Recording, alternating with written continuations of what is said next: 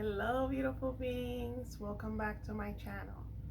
I am once again into this book, but just for a tiny little portion of it, and then we're gonna go into with a story from someone else. So, how to pray successfully. So let's see what Neville says about this. So, on your command, if you have this version, we are on page 9. I believe I read a little bit of this chapter on a few videos back because this is just so jam-packed with information. Okay, so it says, praying then, it seemed to be recognizing yourself to be that which you now desire, rather than its accepting form of petitioning a God that does not exist for that which you now desire. Prayers to be successful must be claiming rather than begging. Okay, so we're going to leave it there. And then we're going to go to another one of my favorite authors. His name is Gregg Braden. And he has a video on YouTube. I'll see if I can find it and link it below, where he talks about how to pray properly. And he talks about a story of him going to visit a friend of his. I'm not sure if it was in Arizona. It was definitely somewhere. It didn't rain very much, and they had been going through a severe drought. So when he was visiting his friend offered, well, not offered, his friend asked him if he would like to go with him, to accompany him, so they could do a ritual on praying for rain, because they needed rain. It had been a severe drought and it hadn't rained in a long time, and they desperately needed it to rain. So Gregg Braden said, absolutely, sure. He was super excited about this. He wanted to see what his friend was going to do. I believe his friend was Native American. So they did a somewhat of a hike, and they got to this wide, big space. And his friend walked a few paces ahead of him and stood on the ground, stood barefoot on the ground for a few seconds. And then he said, okay, let's go. And his friend was like, I thought we were going to pray for rain. And his friend said, if we were to pray for rain, rain would never come. It would not come. Now that we understand how this works, it means that we would be praying for lack. We would be begging for rain. And when you beg for something, you're petitioning for something, you don't get it, because we get what we are. So Gregg Braden asked him, so what did you do then? And he said, what I did, I went into my mind and I felt the rain falling on me. I felt it hit my skin. I saw it coming down, right? So that's two senses he's already using. I saw the rain coming down, a lot of rain, torrential rain. I felt it hitting my skin. I felt the ground beneath my feet get wet and mushy from all of the rain. And I believe he said, and then I gave thanks for the rain. I thanked the rain. And Gregg Braden, he says that they left.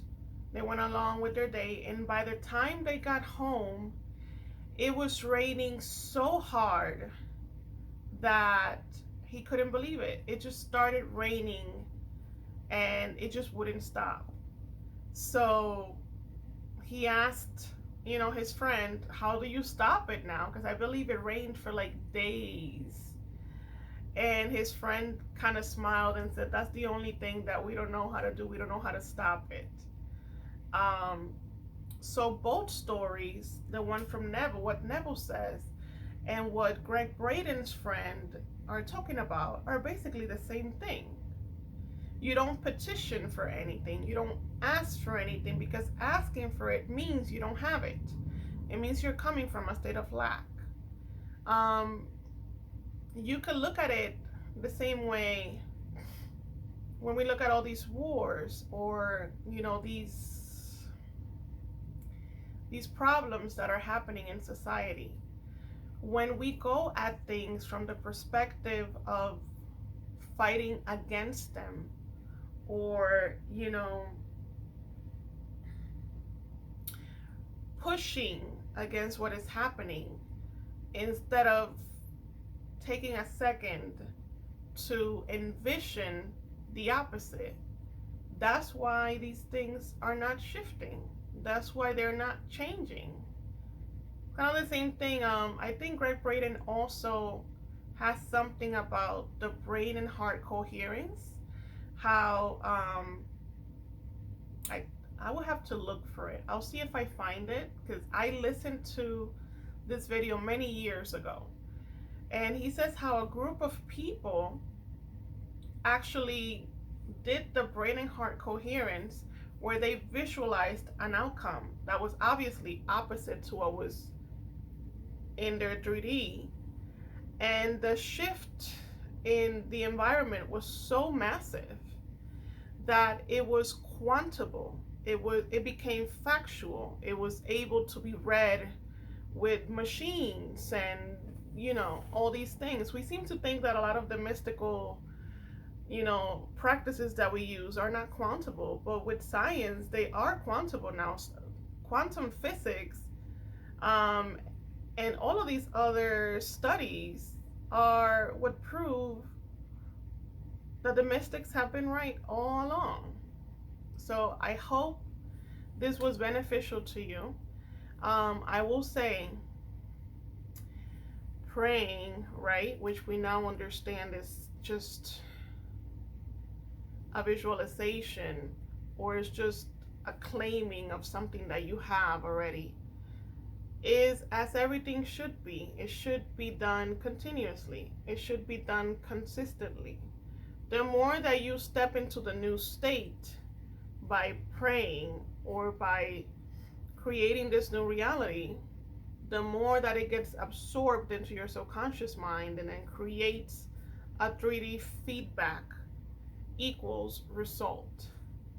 So I hope this helped you. I hope this is beneficial to you. I hope you're able to understand how these things are important to your manifestation routine. This is not just about manifesting your specific person. I know that 99% of us, myself included, came into this new world because of the specific person. The specific person is just symbology. This is information that you need to know, because this is what's going to help you fully understand how things work, and therefore help you into shifting into a full new reality, because we are all worthy of it. We are all good enough for it, and we are all blessed. Reminder, I do offer coaching.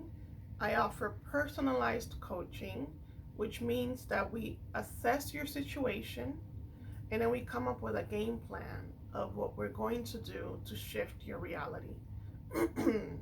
I work with people that have trauma, because that is my specialty. That is what I have to overcome to be able to be where I'm at right now. But if you don't have any severe trauma, we can still work together. Just give it a chance. If you're interested, my email is in the description box below. I love you guys so much, and until next time, bye.